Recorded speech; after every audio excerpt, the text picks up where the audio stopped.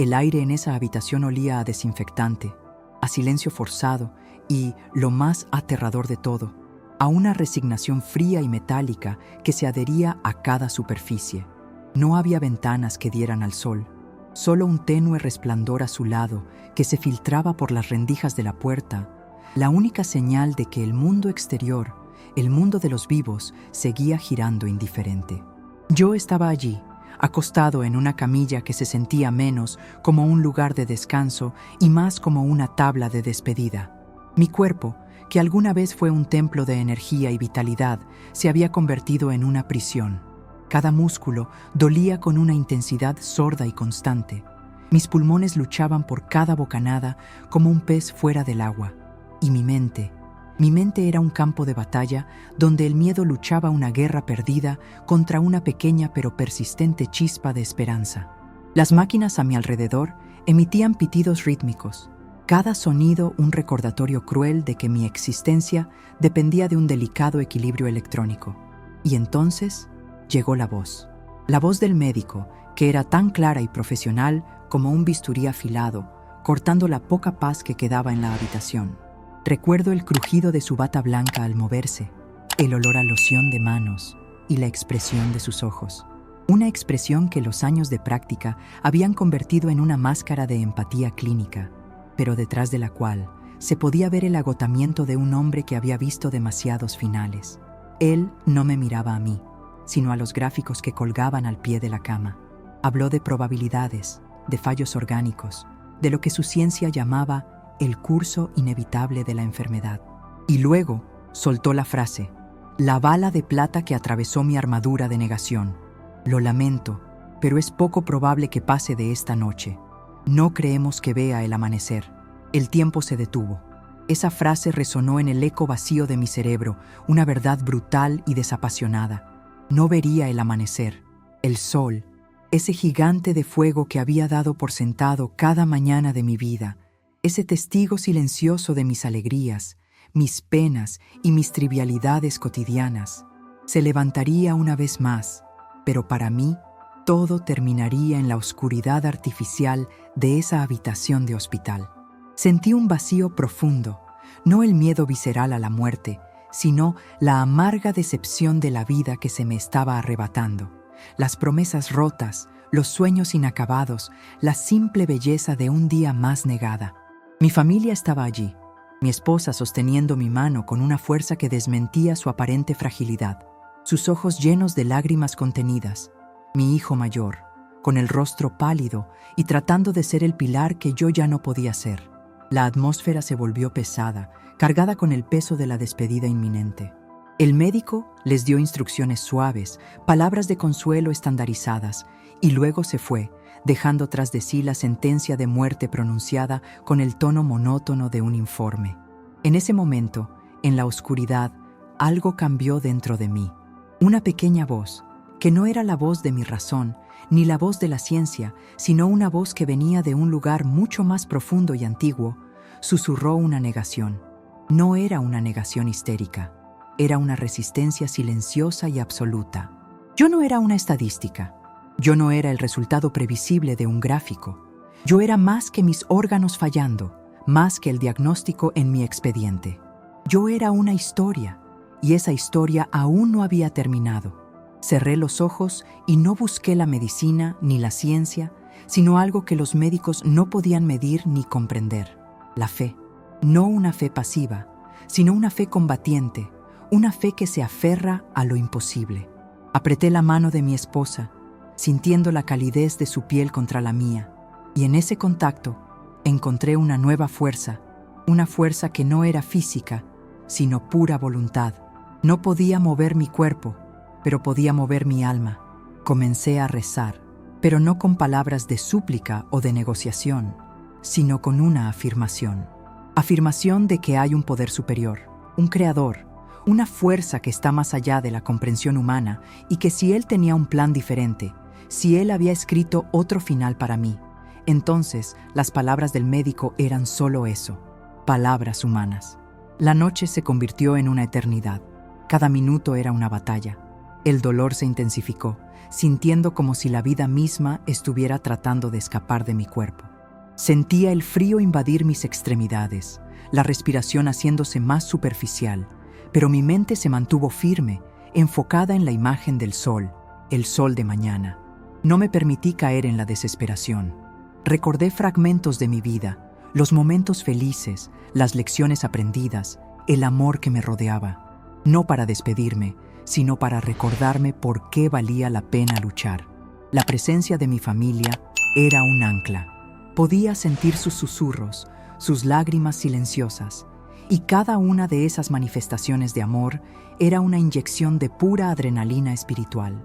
Les pedí, con un esfuerzo supremo, que no se rindieran, que simplemente creyeran, que pusieran toda su fe en ese otro final. La máquina de mi corazón comenzó a sonar de manera errática. Los pitidos se volvieron una alarma.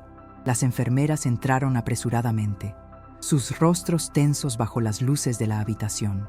Era el clímax, el momento en que todo se decidiría.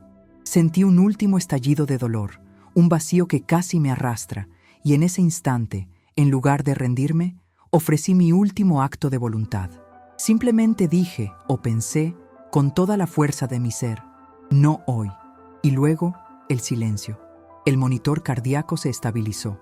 La respiración, aunque débil, se normalizó. El pico de la crisis había pasado. Las enfermeras se miraron, perplejas. Hicieron ajustes, monitorearon los signos vitales, y el ritmo de la vida volvió lentamente a la habitación. Un ritmo más lento, más cauteloso, pero innegablemente presente. La noche aún era larga, pero por primera vez desde el veredicto sentí una paz profunda. No estaba curado, pero había superado el punto de no retorno. Había desafiado la predicción. Sentí el agotamiento, la pesadez de la batalla, y me permití caer en un sueño ligero y reparador, sabiendo que, si me despertaba, sería para ver el amanecer.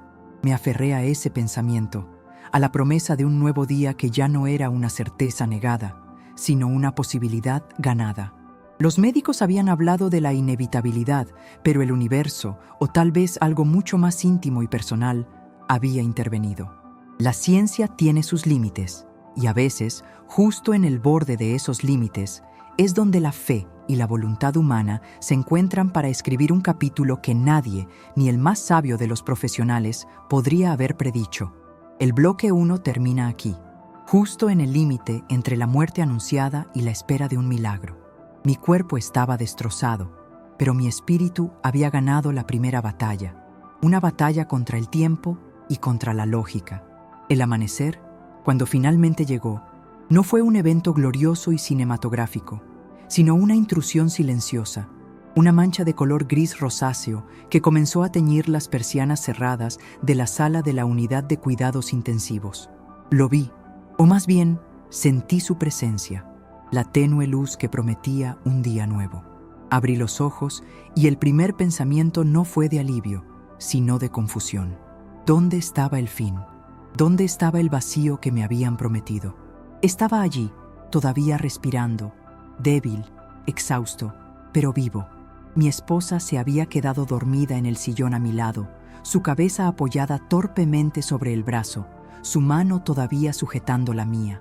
Al ver mi movimiento, se despertó sobresaltada y en el instante en que sus ojos se encontraron con los míos, la barrera de su control emocional se rompió. Sus lágrimas ya no eran de resignación, sino de una alegría cruda y desbordante. Un milagro silencioso había ocurrido durante la noche, un desafío directo a la lógica y la ciencia. Los médicos, al realizar la ronda matutina, tenían una mezcla de profesionalismo y asombro en sus rostros. No había una explicación clínica para lo que había sucedido. Los signos vitales, que la noche anterior habían estado en caída libre, se habían estabilizado. No solo eso, sino que habían mejorado ligeramente. El médico de guardia, el mismo que había pronunciado la sentencia, revisó los monitores con una incredulidad palpable.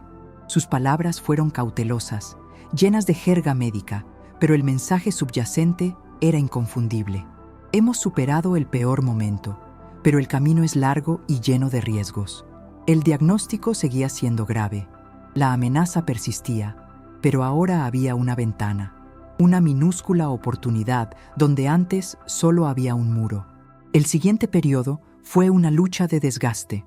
Los días se fusionaron en una neblina de dolor, tratamientos invasivos y la monotonía opresiva de la convalecencia. Cada mañana era una victoria, pero cada noche traía consigo el espectro de la recaída. Mi fe, que me había salvado esa primera noche, se convirtió en mi combustible diario. Era una fe práctica, una fe que se manifestaba no solo en la oración, sino en el esfuerzo de tragar cada cucharada de comida, de tolerar cada dosis de medicamento, de mover un dedo, un pie. Aprendí a encontrar significado en las cosas más pequeñas. La enfermera que me sonreía con genuina calidez, el sorbo de agua fresca, el sonido de la voz de mi hijo por teléfono. Estas pequeñas migajas de normalidad se convirtieron en tesoros, en anclas en la tormenta de mi enfermedad. Mi cuerpo era un campo de batalla donde las células buenas luchaban ferozmente contra la invasión. Recibí incontables transfusiones, procedimientos dolorosos y el constante asalto de la quimioterapia, que me dejaba exhausto, nauseabundo y sin defensas. Pero mi mente, mi voluntad, se había fortificado. Me había negado a la muerte una vez y no le permitiría la entrada de nuevo. En mis momentos de mayor debilidad, cuando el dolor era tan intenso que deseaba que todo terminara, recordaba el rostro de mi esposa esa mañana, la mezcla de lágrimas y risa, y ese recuerdo me arrastraba de vuelta del borde del abismo. No solo estaba luchando por mi vida, estaba luchando por la fe de mi familia. Ellos habían visto lo imposible, y yo no podía decepcionar esa esperanza recién nacida. La recuperación fue lenta, exasperantemente lenta. Semanas se convirtieron en meses dentro de esas paredes blancas. Las visitas se espaciaron, el shock inicial se desvaneció, y la vida volvió a exigir su tributo a mi familia en el exterior. Mi esposa iba y venía, dividiendo su tiempo entre el hospital, el trabajo y el cuidado de los niños. Su fortaleza era sobrehumana, una manifestación tangible del amor que me mantenía unido. Un día, durante una de esas visitas, ella me trajo una pequeña maceta con una suculenta, una planta resistente, capaz de sobrevivir en las condiciones más adversas. La colocó en mi mesa de noche y me dijo: «Mira, eres como esta planta. Puede que no crezcas rápido, pero eres fuerte, almacenas la vida y no te rindes». Esa pequeña planta se convirtió en un símbolo. Cada día la revisaba, buscando una nueva hoja, una señal de crecimiento. Era mi espejo, mi recordatorio de que la vida es persistente.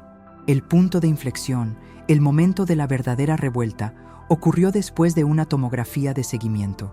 Yo esperaba lo habitual, noticias cautelosas, informes de progreso marginal. En cambio, el médico, esta vez no el de guardia, sino el especialista jefe, entró en la habitación con una carpeta abierta y una sonrisa auténtica que rompía su profesionalismo habitual. Él no habló con jerga médica esta vez, fue directo. Sus marcadores han disminuido de una manera que francamente no podemos explicar. No es una remisión completa, pero el tumor se ha encogido a una fracción de su tamaño original. Es como si la enfermedad hubiera retrocedido. La palabra resonó en la habitación, un eco de la incredulidad que sentía. El tratamiento estaba funcionando, sí, pero no a esta velocidad ni con esta eficacia. Los números desafiaban todos los modelos y predicciones.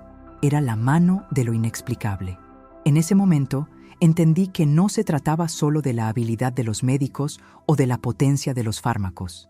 Era la combinación de la ciencia en su máxima expresión, la voluntad inquebrantable de mi espíritu y la intervención de esa fuerza superior a la que me había aferrado en mi noche más oscura. Dios había escrito otro final para mí, y ese final no era solo sobrevivir, sino prosperar contra todo pronóstico. El proceso de recuperación se aceleró a partir de ahí.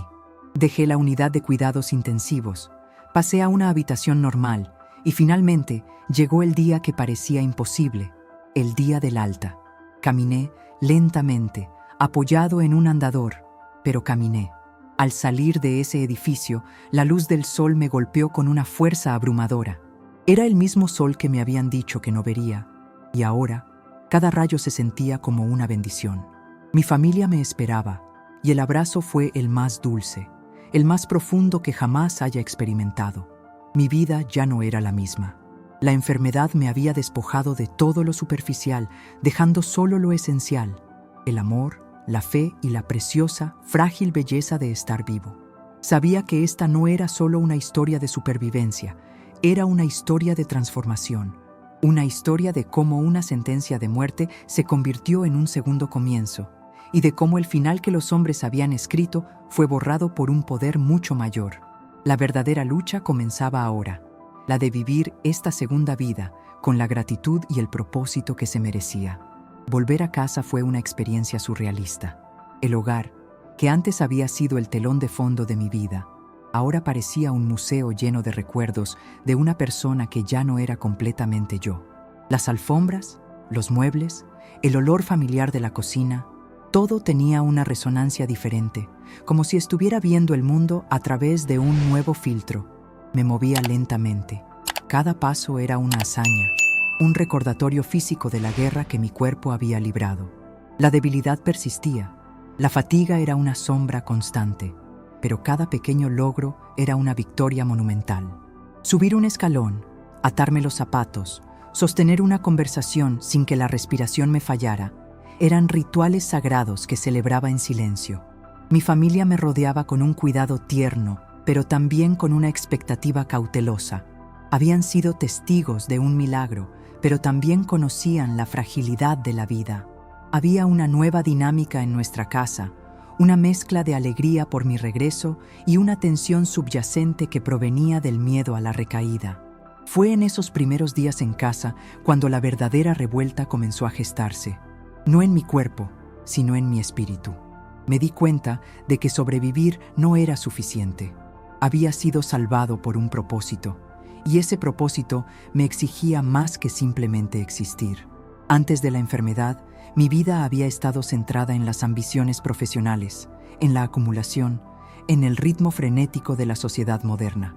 Había trabajado largas horas, sacrificando tiempo con mi familia por la ilusión de seguridad y éxito. Ahora, todo eso parecía vacío, un castillo de arena arrastrado por la marea de la enfermedad. La riqueza material no había podido comprar ni un minuto extra de vida. El verdadero tesoro eran las mañanas compartidas, las risas de mis hijos, el simple acto de respirar el aire fresco de la mañana. Me sumergí en una profunda introspección. Las horas de soledad forzada en el hospital me habían despojado de distracciones, obligándome a confrontar quién era yo realmente, despojado de mi título y mi estatus. La persona que había salido del hospital era diferente. Tenía una urgencia, un hambre de autenticidad. Ya no podía tolerar las conversaciones superficiales, las quejas triviales o las ambiciones vacías. Quería vivir una vida que resonara con la inmensidad del milagro que me había sido concedido. El desafío más grande no fue el físico, sino el psicológico. La enfermedad había dejado cicatrices invisibles. La ansiedad postraumática era una compañera incómoda. Cada dolor, cada resfriado, cada momento de fatiga enviaba una oleada de pánico a través de mí. ¿Había vuelto? ¿Era el final esta vez?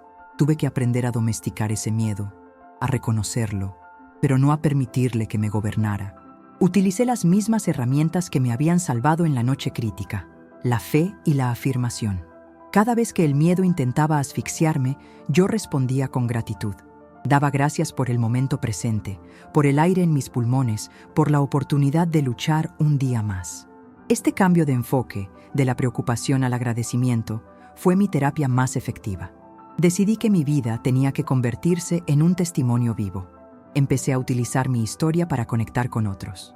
Al principio, fueron conversaciones tímidas con amigos y familiares. Luego, poco a poco, comencé a compartir mi experiencia con grupos de apoyo, con otros pacientes en el hospital. Descubrí una nueva pasión, la de la esperanza. Mi voz, aunque todavía débil, se convirtió en un faro para aquellos que estaban en la oscuridad que yo había conocido. Les hablaba no como un gurú, sino como un sobreviviente que había estado al borde del abismo y había regresado. Les decía que la ciencia era poderosa, pero que la voluntad humana y la fe eran fuerzas que a menudo subestimamos, capaces de alterar el curso de lo que parecía inevitable. La vida continuó dando sus giros. Uno de los momentos más emotivos fue cuando volví a visitar al médico especialista. Él me recibió no en su oficina, sino en una sala de conferencias privada. Esta vez, su rostro no reflejaba solo profesionalismo, sino una profunda admiración.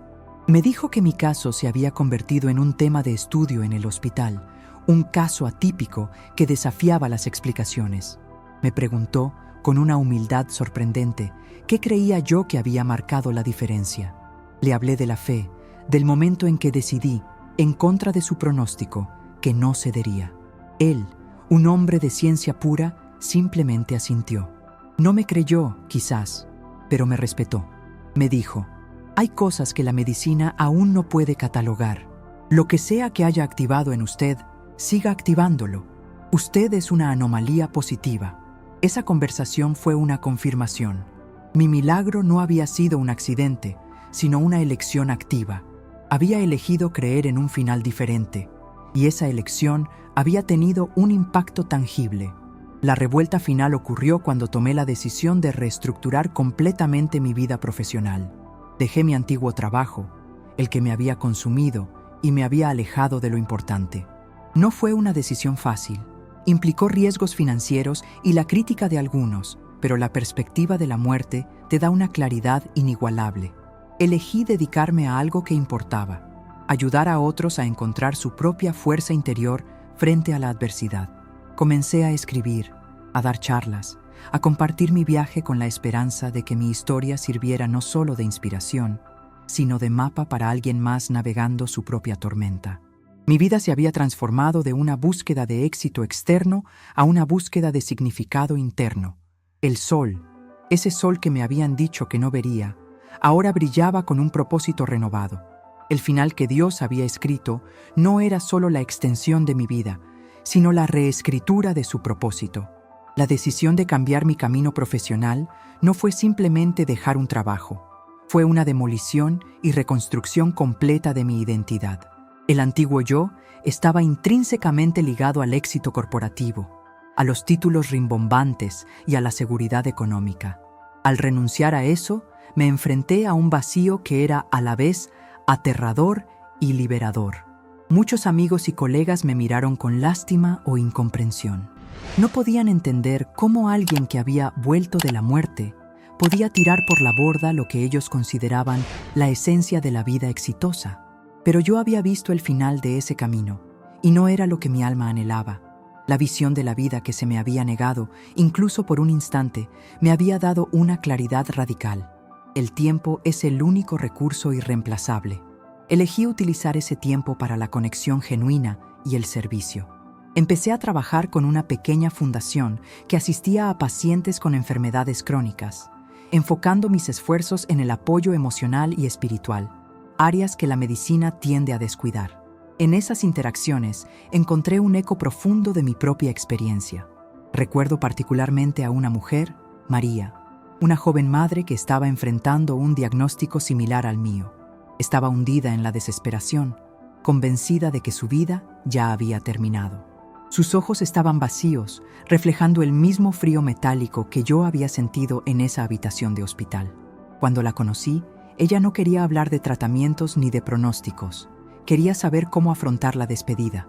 Me senté a su lado, no como un consejero, sino como un compañero de viaje. No le ofrecí promesas falsas de curación, sino la verdad de mi experiencia. Le conté sobre esa noche, sobre la frase del médico y sobre el momento en que elegí activamente un final diferente. Le dije, los médicos son brillantes, pero no son los autores finales de tu historia. Tú tienes una pluma en la mano y la fe es tu tinta más poderosa. El cambio en ella no fue instantáneo, fue gradual. Al principio me escuchaba con escepticismo, pero a medida que compartía los detalles más íntimos de mi lucha, la vulnerabilidad de mis miedos y la inexplicable estabilización de mis signos vitales, algo en sus ojos se encendió.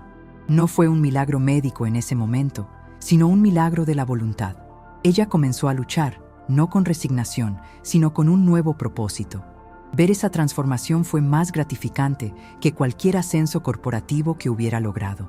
Me enseñó que el milagro no era solo mi supervivencia, sino la capacidad de usar esa supervivencia para encender la chispa en otro ser humano. Mientras mi vida se reorientaba hacia el servicio, mi cuerpo continuaba su lenta pero firme recuperación. El doctor especialista, mi guardián escéptico, me monitoreaba con regularidad. Cada examen de seguimiento era un momento de intensa ansiedad, un recordatorio de que la espada de Damocles aún colgaba sobre mí. Pero cada vez, los resultados eran mejores. Las células rebeldes continuaban retrocediendo. El cuerpo, que había estado a un paso de colapsar, se estaba reconstruyendo con una resiliencia asombrosa. Un día, después de casi 2 años de lucha constante, el médico me miró con una expresión que por fin trascendió el profesionalismo y la admiración. Era pura alegría humana. Oficialmente, estás en remisión completa. Ya no hay rastro de la enfermedad. Es un hecho que no tiene precedentes en tu expediente clínico. Esa palabra, remisión completa, no fue un simple diagnóstico. Fue la campana que anunciaba el final de la guerra. Lloré, no de tristeza, sino de la liberación total, de la confirmación de que la fe había prevalecido sobre la lógica, de que la vida que había ganado esa fatídica noche era ahora completamente mía, sin condiciones. La revuelta final contra mi antiguo yo se completó. Entendí que mi enfermedad no había sido un castigo, sino una pausa forzada, una reestructuración divina. Había tenido que perderlo todo, incluso la vida, para poder encontrar el verdadero valor de vivir. Mi relación con Dios se profundizó. Ya no era una relación de súplica, sino de profunda gratitud y de colaboración. Sabía que mi vida era un préstamo, un regalo que debía ser utilizado para un bien mayor. La historia de la cual los médicos habían pronosticado un final trágico se había convertido en un testimonio. El amanecer que me habían negado era ahora el comienzo de una vida dedicada a demostrar que incluso cuando la ciencia dibuja líneas inquebrantables, la fe y el poder de la voluntad pueden saltar por encima de ellas, reescribiendo el guión de la existencia. Mi misión se convirtió en llevar ese mensaje de esperanza radical a cada rincón, transformando la desesperación en un acto de fe activa y combativa, demostrando que en el momento más oscuro es donde se revela el verdadero poder del espíritu humano. La remisión completa no fue el final de la historia, sino el preámbulo de una nueva existencia. Con la espada de la enfermedad retirada, tuve que enfrentar el desafío de la normalidad. La vida, libre de la crisis inmediata, se reanudó, pero con una resonancia completamente diferente. El silencio ya no era un presagio de malas noticias, sino una invitación a la paz. El bullicio diario, que antes me irritaba, ahora era la melodía de la vida que se me había concedido. Sin embargo, no todo fue paz. Tuve que aprender a manejar las expectativas. La gente, al escuchar mi historia de milagro, a menudo esperaba que yo fuera una especie de santo o un oráculo de la vida. Querían soluciones rápidas, fórmulas mágicas para sus propias luchas, y yo tuve que ser honesto, tanto con ellos como conmigo mismo. El milagro no fue una varita mágica, fue una elección constante, un trabajo diario. Les explicaba que la fe no anula el dolor ni la dificultad, sino que te da la fuerza para enfrentarlos. Mi vida después de la remisión se convirtió en un acto de equilibrio. Honrar el pasado sin permitir que me definiera y abrazar el futuro sin darlo por sentado. Una de las primeras cosas que hice fue un viaje. No un viaje lujoso o exótico, sino un regreso a la naturaleza, a las montañas que siempre había amado. Necesitaba sentir la inmensidad del mundo, recordarme a mí mismo lo pequeño que era mi problema frente a la magnificencia del universo y al mismo tiempo lo infinitamente valiosa que era mi vida individual. Estar allí, respirando el aire frío y puro, sintiendo la tierra firme bajo mis pies, fue una confirmación física de mi renacimiento. El cuerpo, aunque marcado por las cicatrices invisibles de las cirugías y los tratamientos, respondía con fuerza. Corrí, no rápido, sino con una lentitud deliberada, saboreando el movimiento, el latido de mi corazón, que antes había sido errático y ahora era fuerte y constante. Fue un momento de profunda gratitud, una conversación silenciosa con el poder superior, un agradecimiento por el final reescrito. Mientras me reincorporaba al mundo, mi relación con mi familia se transformó profundamente. Mi esposa y yo habíamos pasado por el fuego. Éramos inseparables, unidos por la intensidad de la experiencia. Había una nueva capa de honestidad y aprecio en nuestra relación. Ya no perdíamos tiempo en trivialidades. Cada momento juntos era un tesoro.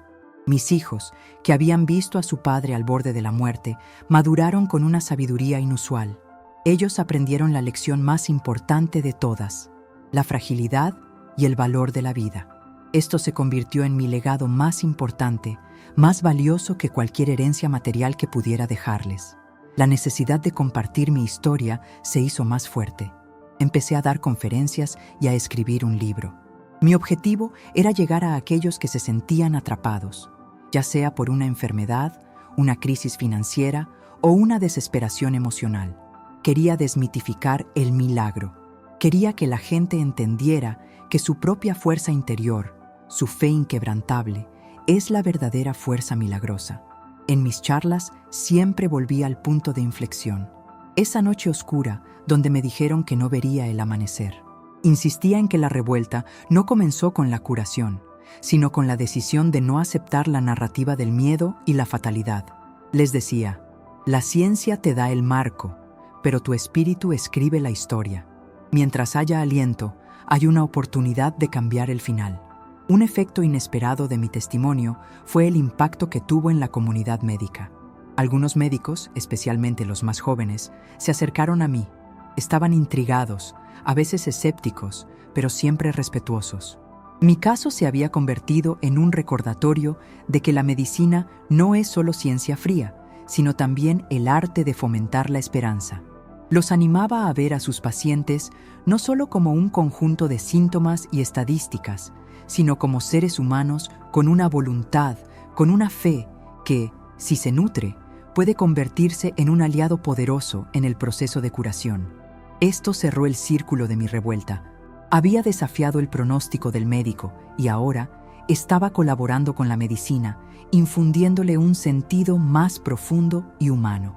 La vida que me fue devuelta ya no era mía para vivirla solo para mí mismo. Era una vida que pertenecía a la historia que tenía que contar. El sol que vi esa mañana no fue el final de la crisis. Fue el inicio de mi misión, la prueba de que el final que Dios había escrito para mí era uno de propósito y testimonio. El tiempo, ese juez implacable que me había negado en una ocasión, se convirtió en mi aliado más fiel. Han pasado varios años desde aquel amanecer que no debía haber visto, y la vida ha continuado su marcha, pero lo hace bajo una nueva bandera, la bandera de la gratitud incondicional. Ya no vivo con el miedo constante de la recaída, sino con la conciencia de la bendición. La historia de mi vida, la que los médicos habían intentado cerrar con un punto final, sigue abierta, llena de capítulos que antes ni siquiera podía imaginar. Mi trabajo como orador y escritor me ha llevado a lugares que nunca soñé, y cada vez que subo a un escenario, siento el peso y el privilegio de mi mensaje. No se trata de mí, sino de la idea de que la esperanza es una fuerza tangible que puede reordenar la realidad. He conocido a cientos de personas cuyas vidas han cambiado no por un tratamiento médico diferente, sino por un cambio en su perspectiva, por la decisión consciente de creer en su propia fuerza espiritual. Ese es el verdadero milagro que mi historia ha engendrado. Recuerdo un encuentro particularmente conmovedor. Un hombre mayor se acercó a mí después de una conferencia, con lágrimas en los ojos.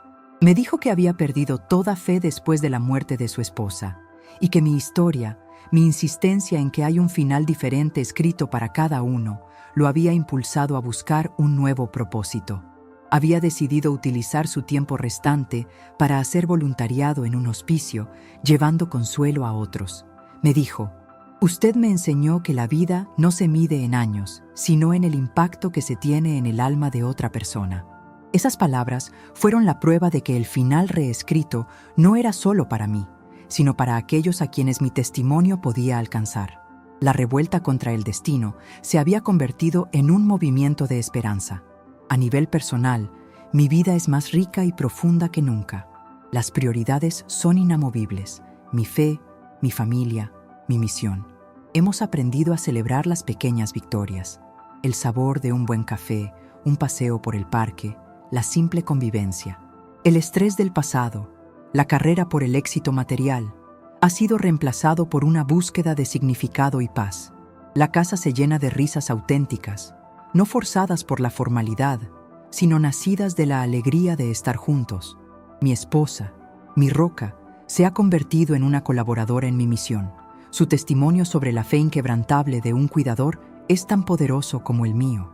Mis hijos han crecido viendo el ejemplo de que el verdadero éxito es la resiliencia y la capacidad de amar sin reservas.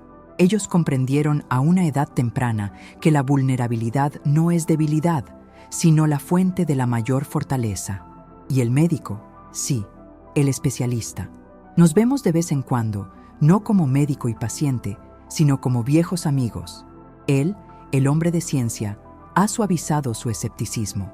Me confiesa que, aunque su mente científica busca la explicación biológica, su corazón humano reconoce la anomalía, el misterio.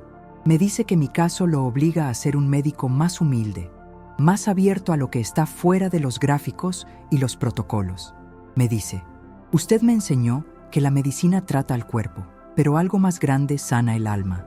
Es la máxima confirmación de que dos mundos, el de la ciencia y el de la fe, pueden coexistir, respetándose mutuamente y trabajando, a veces sin saberlo, hacia el mismo objetivo, la preservación de la vida. Mi vida es una declaración, un eco constante de que las palabras humanas tienen límites, pero el plan divino no los tiene. La moraleja de esta historia no es que todos los diagnósticos se revierten, sino que todos tenemos el poder de enfrentar la oscuridad con la luz de la fe, de rechazar la desesperación y de aferrarnos a la posibilidad de un final mejor. Mi supervivencia es una prueba de que incluso cuando todos los indicadores apuntan al fracaso, hay una fuerza superior, una voluntad que puede intervenir y reescribir la narrativa. Nunca olvido el olor a desinfectante ni la fría sentencia de esa noche, porque son el telón de fondo que hace que el brillo de cada nuevo amanecer sea infinitamente más espectacular. Vivo cada día como un regalo, un capítulo que el Creador me permitió seguir escribiendo, demostrando que la vida es el milagro más grande de todos. Un milagro que se nutre de la fe inquebrantable y de la voluntad de luchar hasta el último aliento. La historia es un recordatorio. Los médicos pueden dar un pronóstico, pero Dios es el único que escribe el final.